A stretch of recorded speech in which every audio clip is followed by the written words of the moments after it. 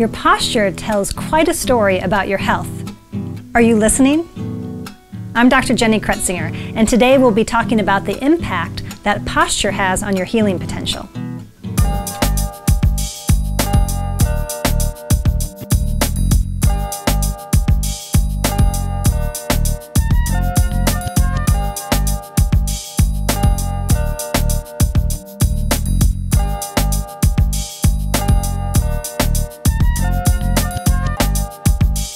Pull back your shoulders, stand up straight, don't slouch.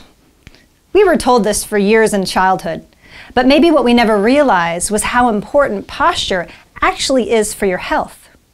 You know, after years of car accidents, sports injuries, falls, and then of course all the hours we spend at a computer, posture can start to distort. And you know, it's really not just about looking nice and straight, there's more to it. Posture can be an indicator for your health potential. Here's why. Posture is the window to your spine and your nervous system. And when our spine is no longer healthy, when we start to have misalignments in our spine called subluxation, it will eventually affect our posture. And because our nervous system runs through our spine, that can affect your health. The nervous system is directly involved with how your body can heal. So when your posture is off, your healing is not maximized. Let me show you how you can see if your posture is right. Come on up, Sarah. Now, when posture is being checked, the shoulders should be level, as well as the hips. The head and nose should be directly above the center of the chest. Now, from the side, we see that the ankle, the hip, the shoulder, and the ear should line up. You know, what happens in many people that I check is the ear is in front of the shoulder. It's actually called forward head posture. And that can be devastating to health because for every inch of forward head posture, it can increase the weight of the head on the spine by an additional 10 pounds. It's critical if you've never had your posture or your spine checked that you have a wellness chiropractor check it out. It can make a huge difference long-term for your health. You're listening to some raw talk about full potential living for the health of it. Your host is Dr. Jennifer Kretzinger, wellness chiropractor at Spinal Corrective Center in Amherst, New Hampshire. For more information about Dr. Jennifer or this podcast, check out spinalcorrectivecenter.com. If you would like to schedule a health checkup with Dr. Jennifer, call 603-673-5600 and mention this podcast to receive a special offer. That's 603-673-5600. To find a wellness chiropractor in your area, go to chiropractic.org/doctorfinder. Now, back to some raw talk about full potential living for the health of it.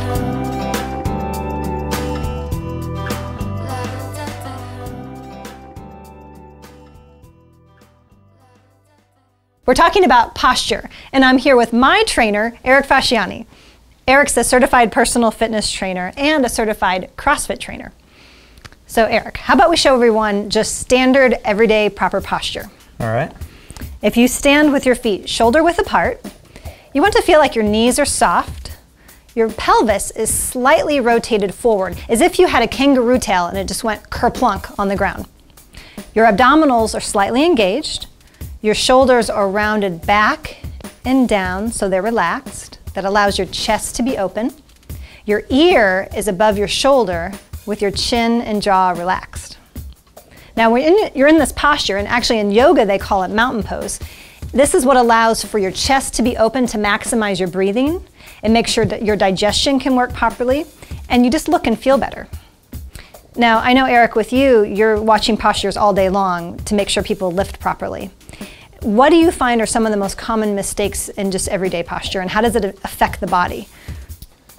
Well, one of the major things is shoulders. A lot of people have the internally rotated shoulders where their shoulders are forward. And that's gonna, you're gonna see injuries over time.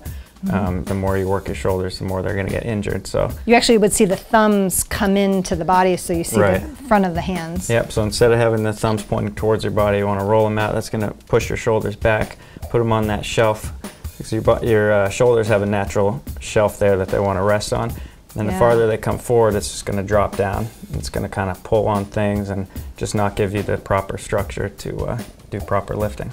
You know, I think I know why this happens so often is in our society, we're so forward focused. You know, Yeah. you think about driving, people sitting at computers all day long. We tend to contract our pectoral muscles, and you really would have to make a conscious effort to do an activity where you're really open in the chest. So I think that's probably a common problem, and that's how it's impacted in the body. Yep, definitely. Now, I know there's some exercises that we've taught patients to do to actually open that up. Why don't we do that now? If you want to stand against the wall, we just call this the wall exercise. And if you have your feet against the wall, so you're flat, you can actually bring your arms up to a 90-degree angle and work on getting your hands against the wall. And for some people, it's a lot harder than it looks. The goal is that it opens up the chest. It's a good stretch to do, especially if you've been at the computer or driving a lot. Now, you were telling me about, you could also bring your arms down, right? Right, a lot of people won't be able to bring their arms much farther than this. I mean, even I'm going to be tight here, and that's internal rotation on the shoulder. So, and what you'll find is when that becomes internally rotated, when you do dips or you know, even cleans or anything like that, where you're going to be engaging the shoulders or pushing down, the shoulder's going to come forward off that shelf, and it's going to be real dangerous, and over time can you can get a lot of wear on your shoulders. So doing both of those stretches are going to help prevent injury and really work the shoulder girdle, because there's not much that we do in our lives that really take our shoulders through the full range of motion, especially if you're working like a desk job. Now, tell me what you know about the low back, because I know a lot of people, you know, think that we need to have an arch in our back, which is true, but that can become a problem as well. Right, a lot of people know about the lumbar curve. You want to have a good curve in your lower back, but what will happen is a lot of people will overcompensate and their chest is going to pop out and they're going to totally disengage the abs. So what you want to do is kind of tuck your stomach, flex your stomach, and that's going to give you a real tight core overall in your back and your stomach, give you a nice sturdy pose to work with. Yeah, that's really important, because I know when you start to distort your posture in these ways, it can affect your pelvis, it can affect your knees, and it can affect your ankles. So we can start to feel stress over time. Right. These are really good tips. Thanks for sharing. And you know, one thing that I found with posture is we can make a conscious effort to improve it.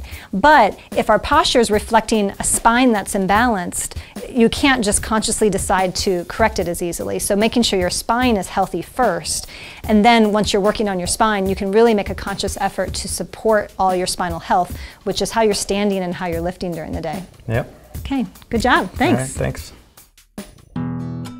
Today you learned that posture is more than just looking good or standing straight. It can have a direct impact on your healing potential.